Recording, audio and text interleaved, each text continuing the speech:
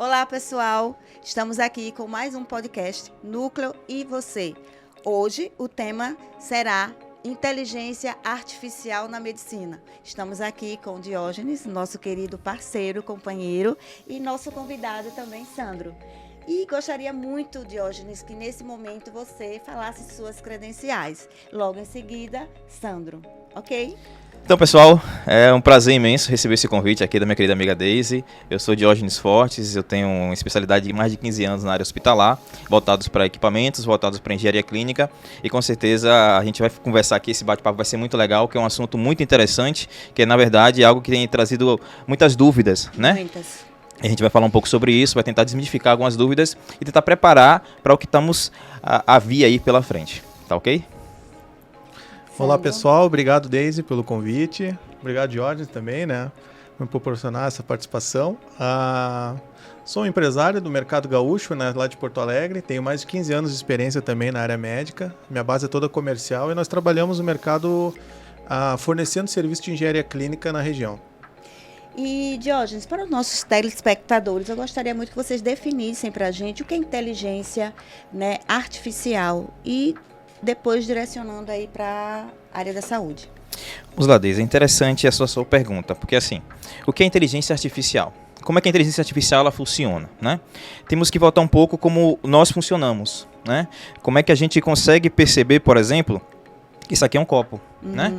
O que é que me leva a entender que isso aqui é um copo? Eu já vi várias imagens durante a minha vida desse copo, de vários outros copos, e eu sei a função desse copo. Então, quando eu pego um copo, eu enxergo qualquer outro tipo de copo, por mais que ele seja um design diferente, uma estrutura diferente, a composição diferente, eu sei que a função dele é guardar um líquido dentro dele, né? Então, a mesma coisa acontece com a inteligência artificial.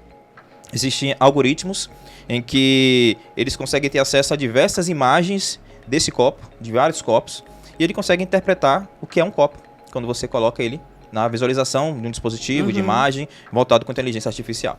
Então isso serve para todos os outros parâmetros.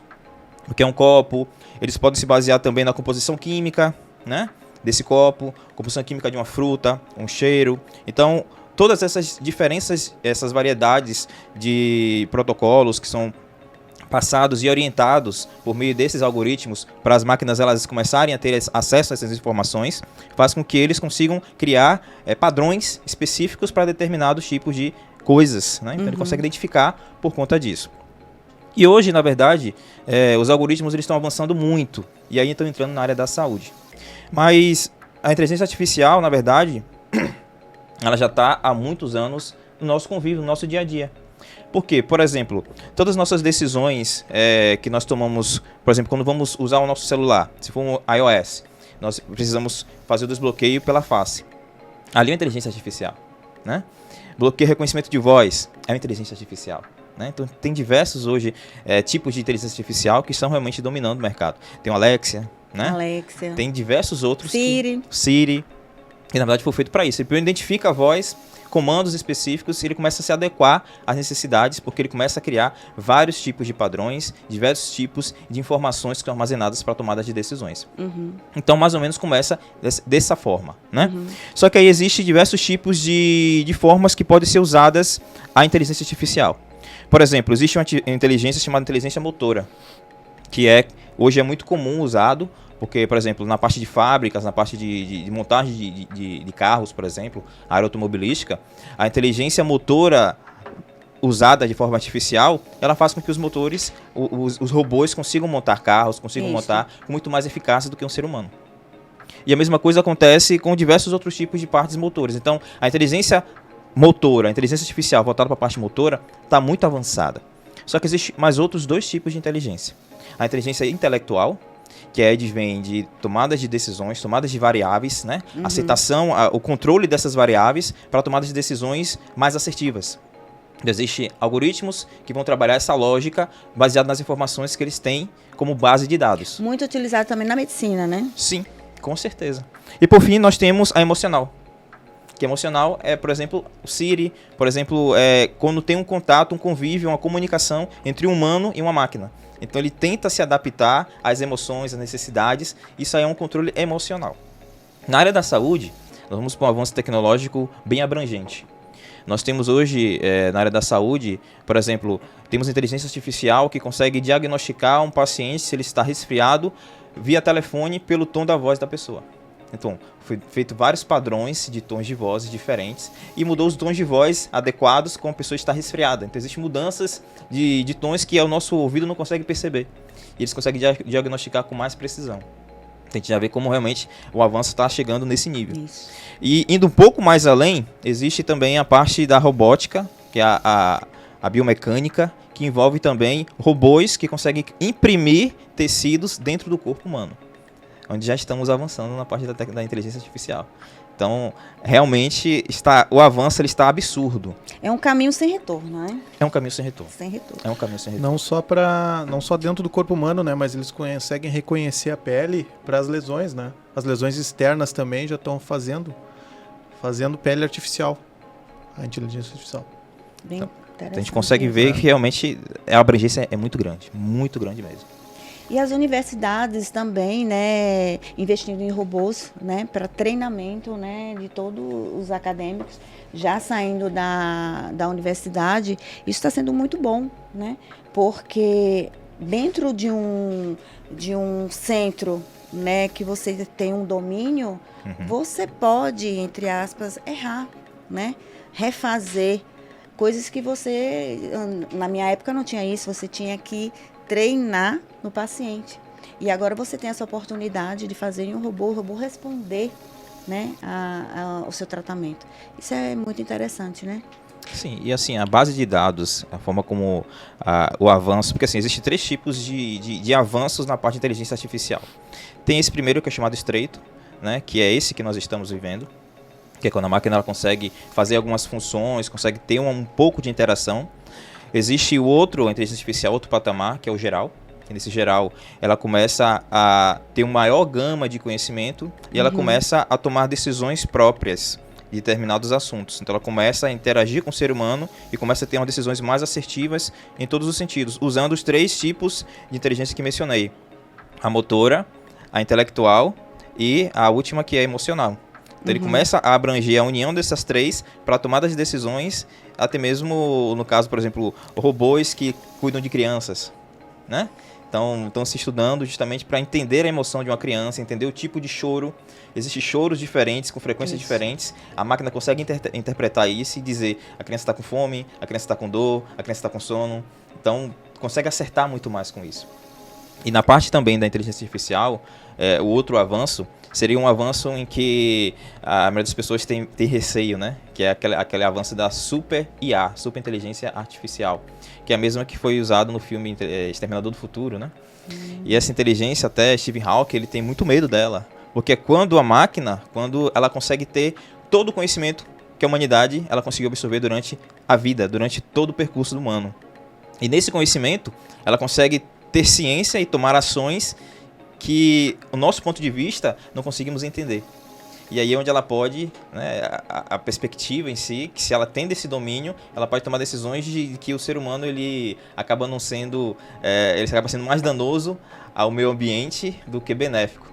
E aí é onde tem aquelas teorias da conspiração de que a máquina vai vir e vai usurpar, né, vai querer dominar a Terra. Então, eu acho que a dúvida de quem for assistir, né, o nosso podcast é com relação aos pontos negativos e positivos dessa tecnologia artificial, né?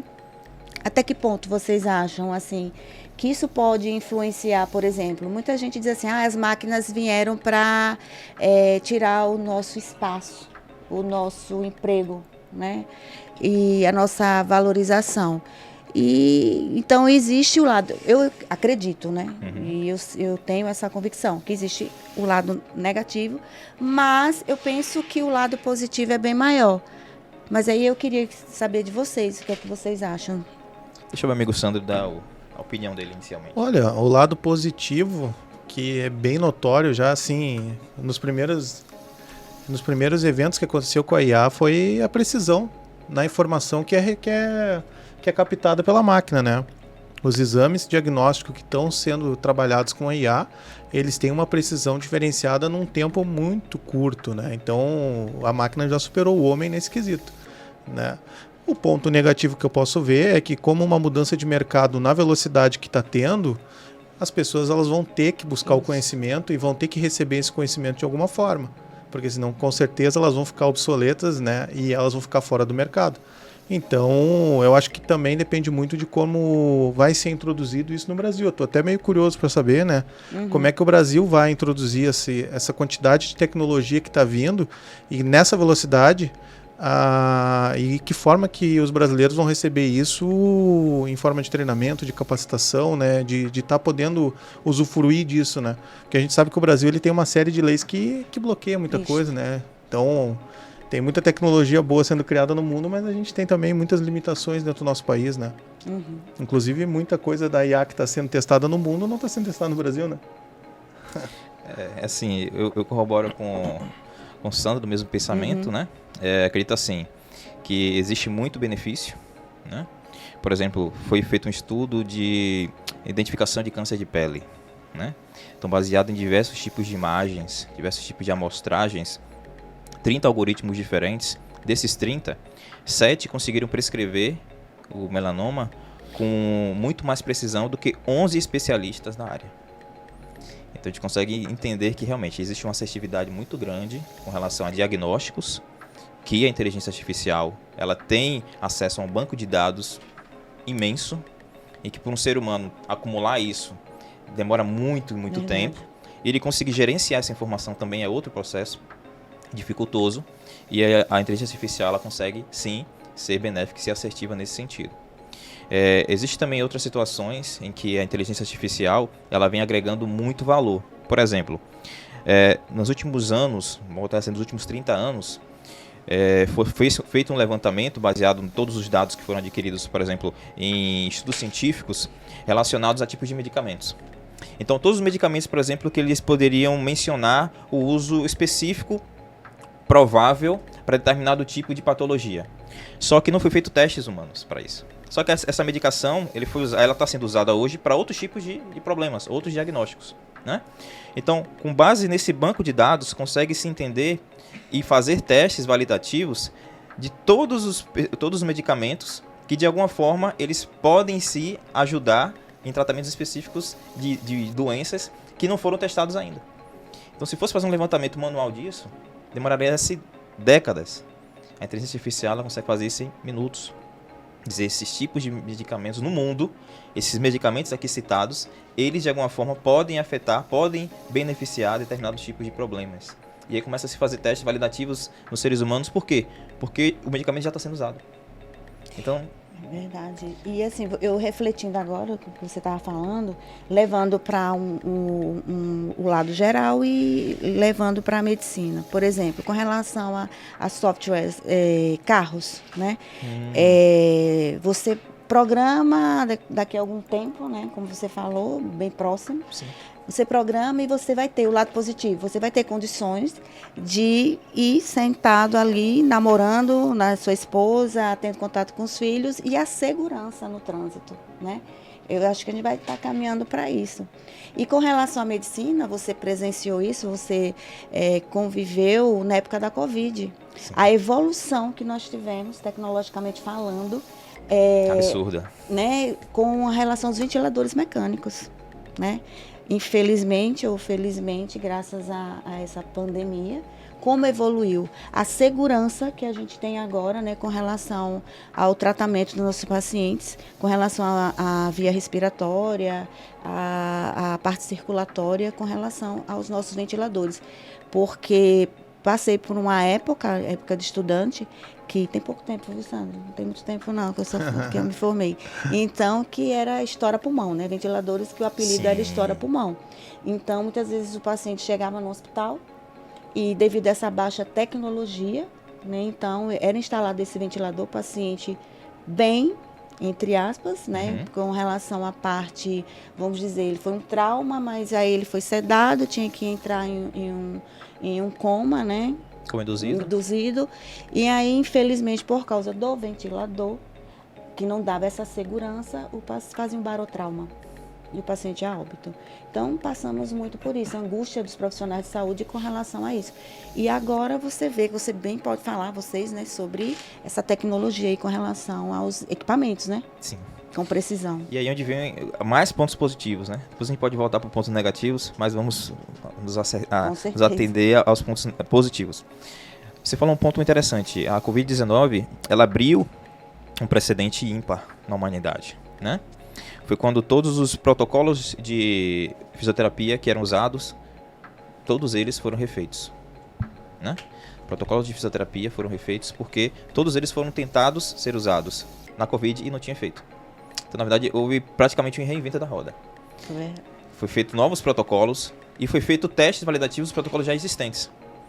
E isso fez com que? Fez com que as condições dos equipamentos que não atendiam pudessem ser melhoradas. Uhum. Então, o Brasil abriu um precedente para outros países que já tinham um avanço tecnológico muito além do nosso, conseguissem trazer esses equipamentos para a gente. Então, hoje nós estamos falando, Daisy, de ventiladores pulmonares no mercado brasileiro que tem inteligência artificial. Esse equipamento ele tem algoritmos que ele faz leitura ciclo a ciclo de como está a condição pulmonar do paciente e se adequa a isso.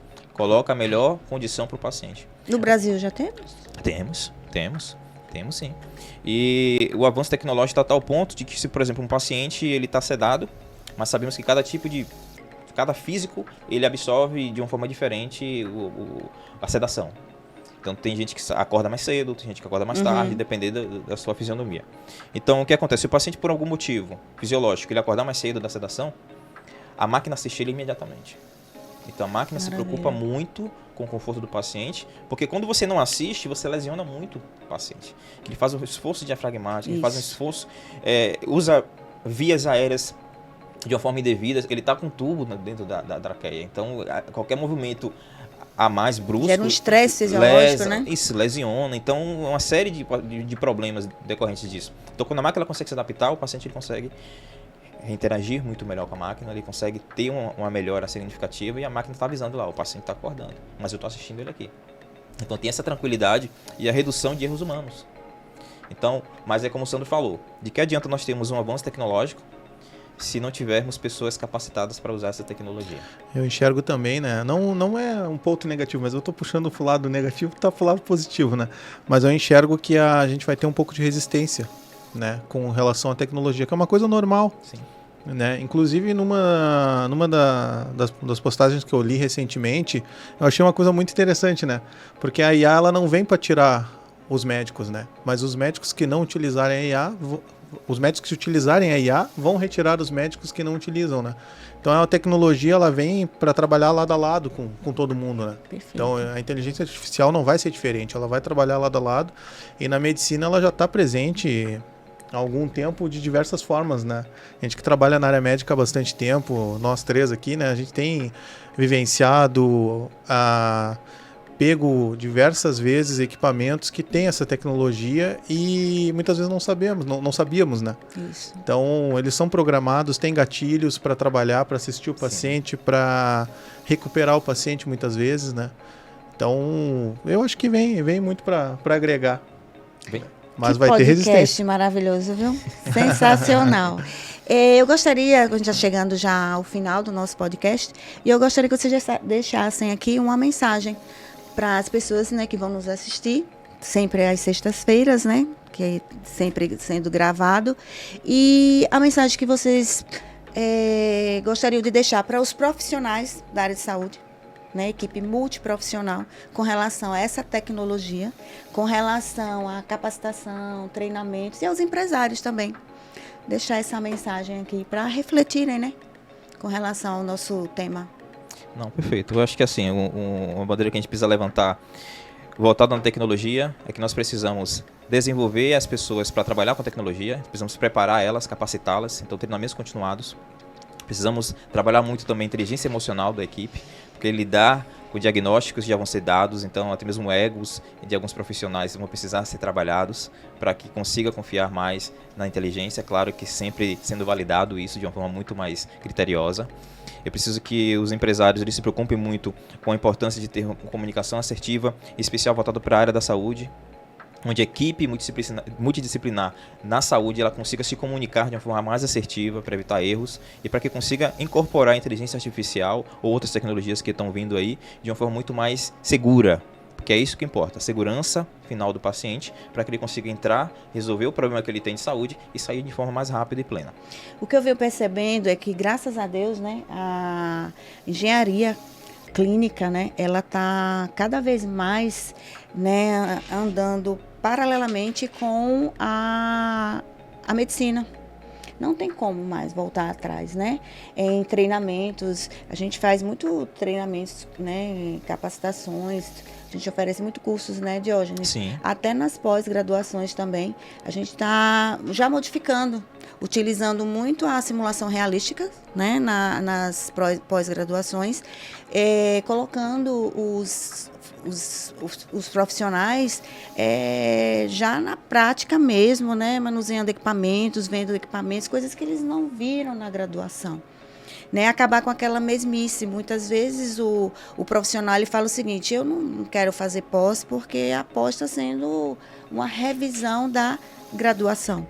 Né? E a gente está inovando isso, porque a palavra hoje em dia é inovação. A gente não pode mais falar em saúde, em medicina, sem falar em inovação, sem falar em tecnologia, sem falar na engenharia junto com a área de saúde. Não tem como. Né? Cada vez mais equipamentos,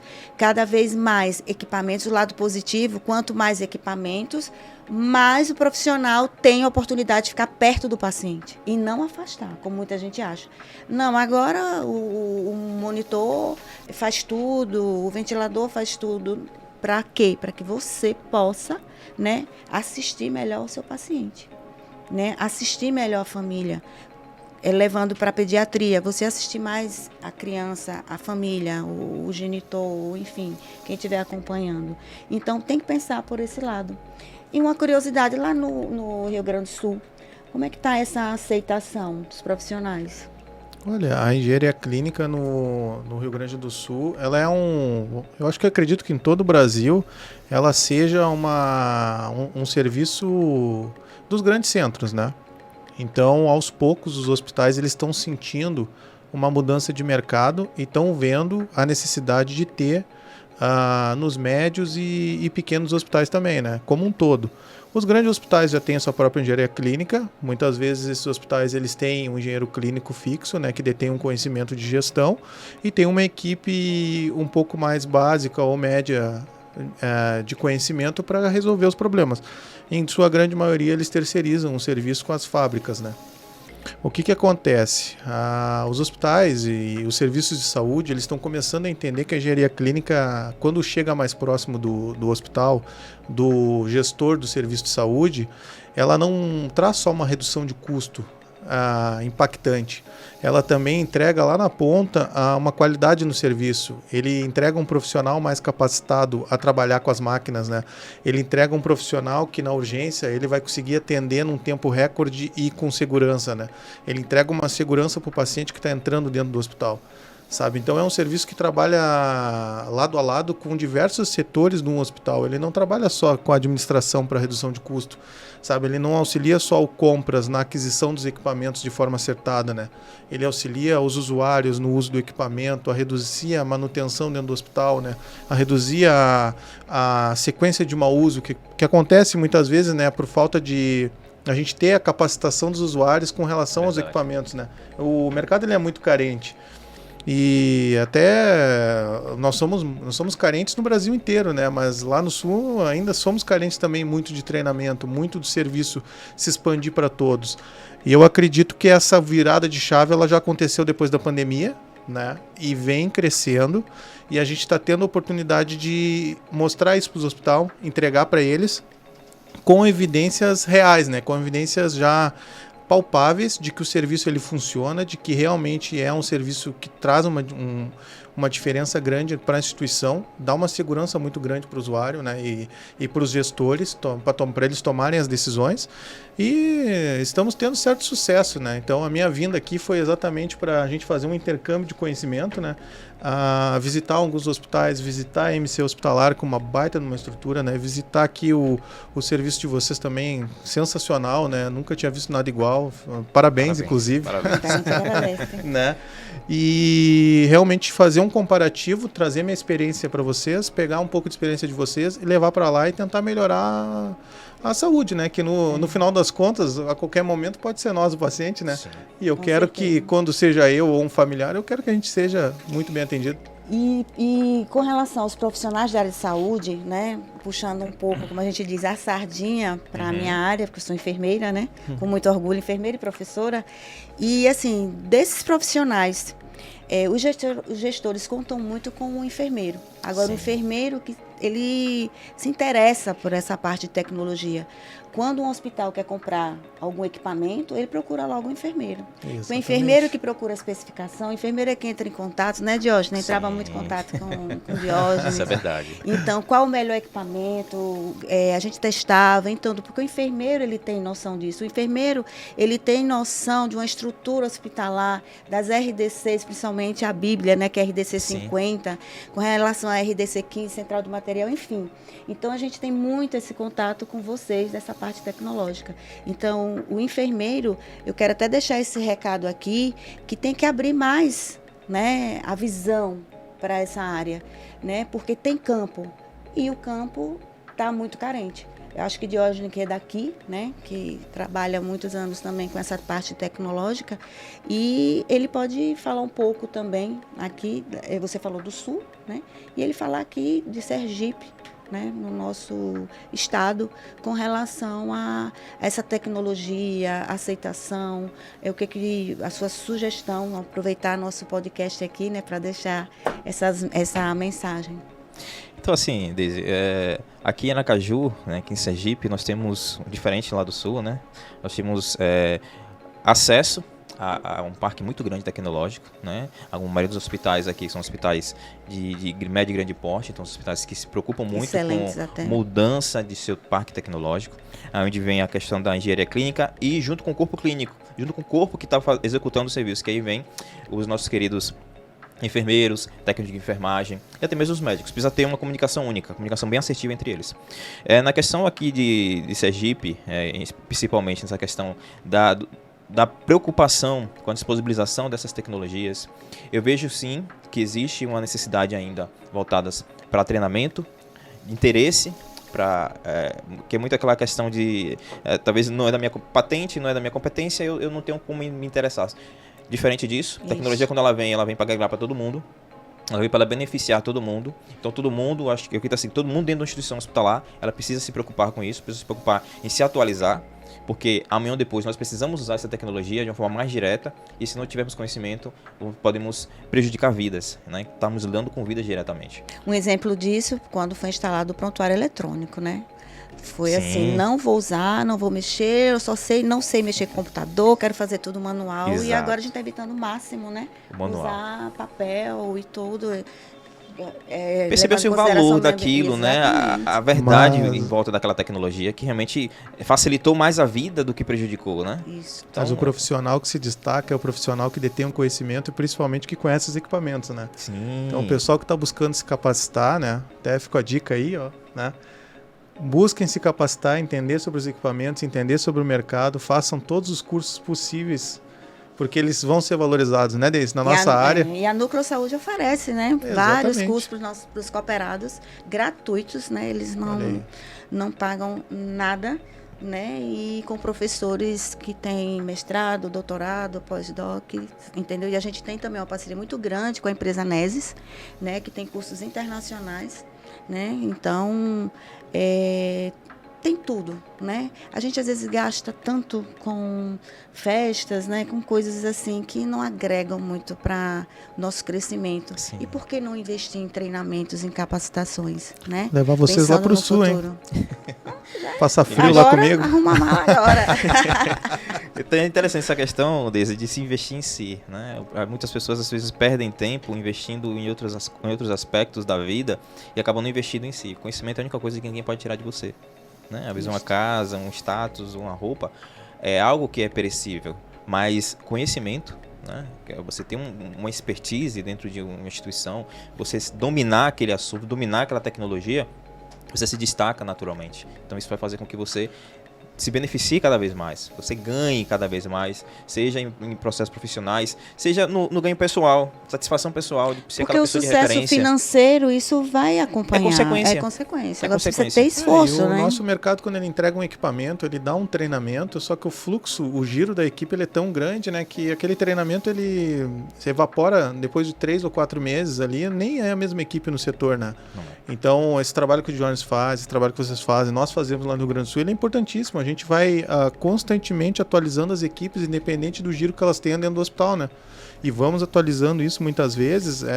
Assim, para o hospital, talvez essa visão ela nem chegue lá na administração, né? Mas com certeza ele reduz muito o tempo de quebra, o tempo de atendimento e principalmente o custo, né? E assim, a tecnologia precisa do ser humano para manusear a máquina, entender, né? Se ela está alarmando, ela está dizendo alguma coisa, né? Então, você saber detectar. Ela fala, ela avisa, né? Você, um profissional que trabalha muitos anos na UTI, vários equipamentos, a gente sabe, eu amo UTI, né? Então, a gente sabe, tem um ventilador alarmando, tem um monitor, então você já sabe. Então, quer dizer, não tem porquê, né? Você ouvir se tem alarme. O alarme foi feito por um propósito, né? Exatamente. Então, tem que saber qual é o propósito dele. O básico do básico de uma tecnologia. Tem um contrato, eu sou de campo, né? Eu passo praticamente dentro de hospital a semana inteira. E tem um contrato nosso, que tem uma UTI que parece uma orquestra sinfônica. Sabe, tu entra na UTI assim, tu não consegue parar. É alarme pra tudo quanto é lado, alarme pra tudo quanto é lado. Aí eu sempre chamo a enfermeira e brinco com ela. O que tá acontecendo, né? E aí vou lá. Toda vez que eu vou lá, eu dou um treinamento de alarmes na UTI. Toda vez que eu vou lá. E fica um aviso aqui para os profissionais da área de saúde. Não desligar os alarmes. Não diminuir volume, né? Então, tá na hora do meu descanso, então vamos diminuir. Não, é para deixar tudo ligado. Então, se tiver algum profissional que esteja fazendo isso, por favor, mudar de hábito, né? Que isso não pode ser realizado. Então, a configuração de multiparâmetros em UTI, ela começa lá na compra do equipamento, tá? Então, o que acontece? Muitas vezes, o hospital ele compra de forma inadequada um equipamento que não atende para UTI, alta complexidade. E aí, coitado do usuário, né? Ele sofre 10, 12 anos, até aquele equipamento seguir o ciclo dele e for descartado e vir uma nova compra, e talvez muitas vezes comprou errado de novo, novamente, né? Então, o que acontece? A compra do equipamento para alta complexidade de TI, ela tem que ser muito bem pensada, porque muitas vezes acontece muito conosco lá nos contratos que nós temos, a gente pega equipamento que não é adequado para trabalhar, né? E aí os alarmes, eles né? Acessórios que quebram bastante, por aí vai, né? Exatamente. Os problemas que a gente já conhece. E quando a gente fala sobre a comunicação assertiva, envolve justamente essa questão. A engenharia clínica, ela se preocupa com tecnologias que vão adequar a melhoria significativa no procedimento. Mas ela precisa ser validada pela equipe que está usando. Então, de nada você tem que trazer uma tecnologia que a equipe em si não está preparada, ou a equipe em si não consegue se adequar a ela. Então você acaba não usando aquela tecnologia, ela fica subdimensionada, né? E você teve um custo para ter a aquisição dela. Você tem um baita de um equipamento, mas está lá. E você tem uma Ferrari e está carregando o cimento. Então é ilógico isso. Então precisa se realmente capacitar a equipe, mas precisa fazer teste validativo, precisa ouvir o profissional do que ele precisa. Diz, olha, tem essa tecnologia, qual que se adequa melhor para essa necessidade. E aí sim, vai ter muito mais assertividade na aquisição, vai ter muito mais uso e todo mundo sai ganhando, em especial o paciente, que pode ser cada um de nós. Exatamente, um familiar, né? Pessoal, eu quero agradecer por demais, né, a presença de vocês, maravilhosa, né, com relação ao nosso podcast, né, com essa inovação, né, porque é realmente uma inovação e a gente tem que propagar cada vez mais. E também deixar aqui o recado para os profissionais da área de saúde. O momento da gente acordar, principalmente a enfermagem, o enfermeiro, o técnico de enfermagem que está ali todos os dias, 24 horas. Sim. né, utilizando esses equipamentos. Então, mostrar também para que veio, através da sua assistência, o que vocês aprenderam, tanto no curso como também na universidade, na graduação, na pós-graduação, e investir na tecnologia, no conhecimento, né, buscar parcerias com essas empresas, né, porque todo hospital ele tem uma central de equipamentos. Então, eu digo sempre aos profissionais, vão lá, conheçam, conversem, troquem ideias, perguntem, né? Porque assim a gente cresce profissionalmente, vai garantir aí a segurança do paciente cada vez mais. Que é o principal. Que é o principal. Satisfação da clientela, né? E usar a empatia. Sim. Hoje eu estou aqui cuidando, né, de você. Amanhã, né, pode ser eu deitar contrário, né? ao contrário.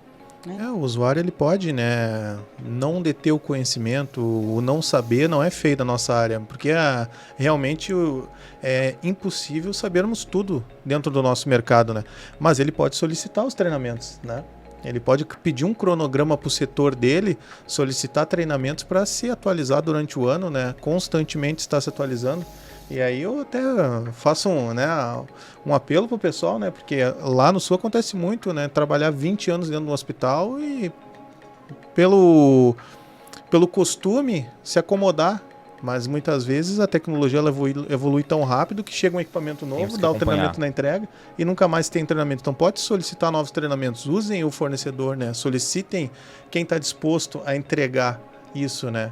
Então, exatamente. Essa mensagem é bem interessante, porque existe uma central de equipamentos, tem equipamentos e não tem treinamento. O pessoal não solicita. É só aquele treinamento quando o equipamento chega e pronto. Né? E o interessante é que vocês utilizam muito, vocês têm um conhecimento assim, os treinamentos de Diógenes de babá, né? Porque quando ele não fala que é engenheiro, o pessoal pensa que ele é um fisioterapeuta, ele é um profissional da área de saúde. Porque ele entra na fisiologia, leva para a parte tecnológica e vira assim um curso assim excepcional. Então a gente tem que aproveitar essa parceria, né? Então, desde já, muito obrigado pela oportunidade maravilhosa de estar aqui conversando um pouco, né? Batendo esse bate-bola aqui, com certeza, espero que tenha agregado conhecimento, espero que tenha trazido algum tipo de informação relevante para o nosso público, né?